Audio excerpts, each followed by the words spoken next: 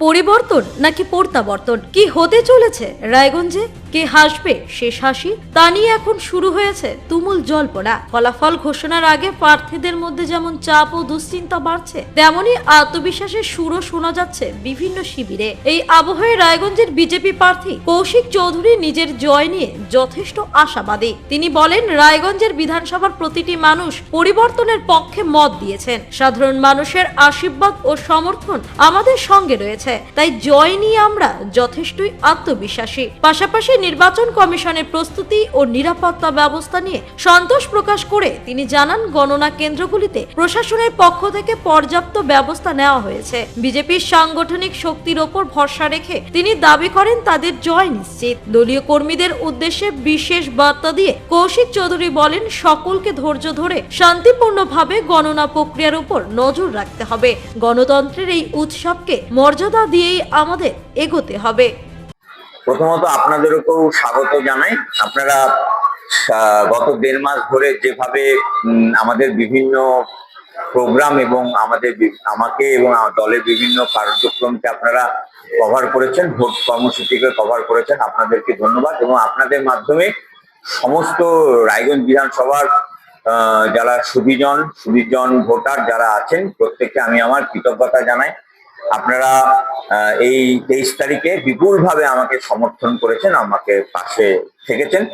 তারপরে আপনার প্রশ্নে ফিরে যাই, একদমই টেনশনে নেই, কারণ হচ্ছে আমার দলের কর্মীরা বছরের পর বছর যে নিরলস পরিশ্রম করে সংগঠনকে দাঁড় করিয়েছেন, মানুষের সাথে সংযোগ রেখেছেন এবং ভারতীয় জনতা পার্টির নীতি আদর্শ, ভারতীয় জনতা পার্টির রাজ্য সরকার গঠন হওয়ার পর আমাদের যে পরিকল্পনা, যে সংকল্প এবং দিল্লিতে যেভাবে আমাদের সরকার চলছে, সেগুলো সমস্তটাই মানুষের সামনে তুলে ধরেছেন। মানুষ আমাদেরকে আশীর্বাদ করছেন, মানুষ স্বপ্ন দেখছেন যে ভারতীয় জনতা পার্টির সরকার গঠন হলে পশ্চিমবঙ্গে সুশাসন প্রতিষ্ঠিত হবে এবং সেই জন্য মানুষ দুয়ার খুলে আশীর্বাদও করেছেন। প্রচারের সময় দেখেছি মানুষ ছুটে ছুটে আসছেন, শুভেচ্ছা জানাচ্ছেন, আশীর্বাদ করছেন, তাদের এক্সপেকটেশন গুলো আমাদের কাছে বলছেন।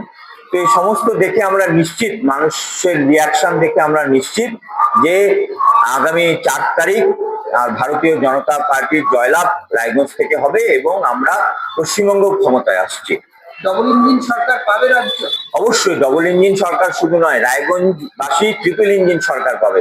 রায়গঞ্জে মিউনিসিপ্যালিটিও ভারতীয় জনতা পার্টি গঠন করবে এবং রায়গঞ্জ মিউনিসিপ্যালিটির যে অরাজকতা চলছে, মানুষ যে পরিষেবা থেকে ব্যাহত হচ্ছে, সেটা অচিরেই বন্ধ হবে।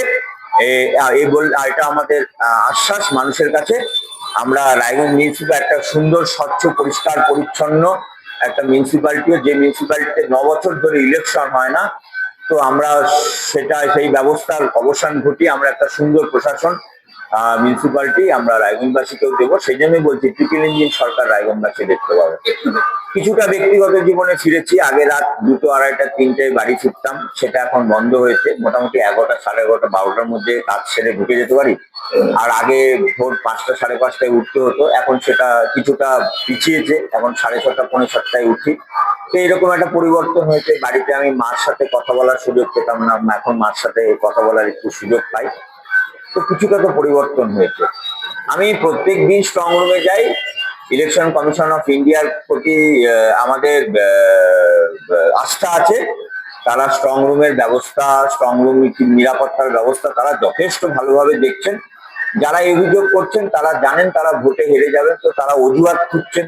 একটা তো কিছু অজুহাত খাড়া করতে হয়, না হলে ভোটে জেতার কারণ কি দেখাবেন তারা?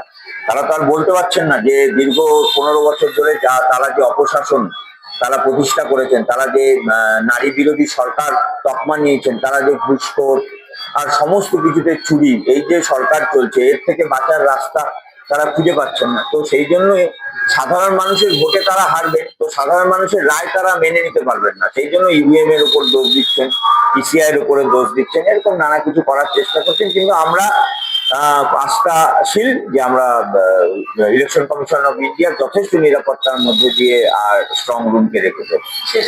সেদিন আমার যারা কাউন্টিং এজেন্ট আছেন তারা আমরা সকলেই একসাথে থাকবো।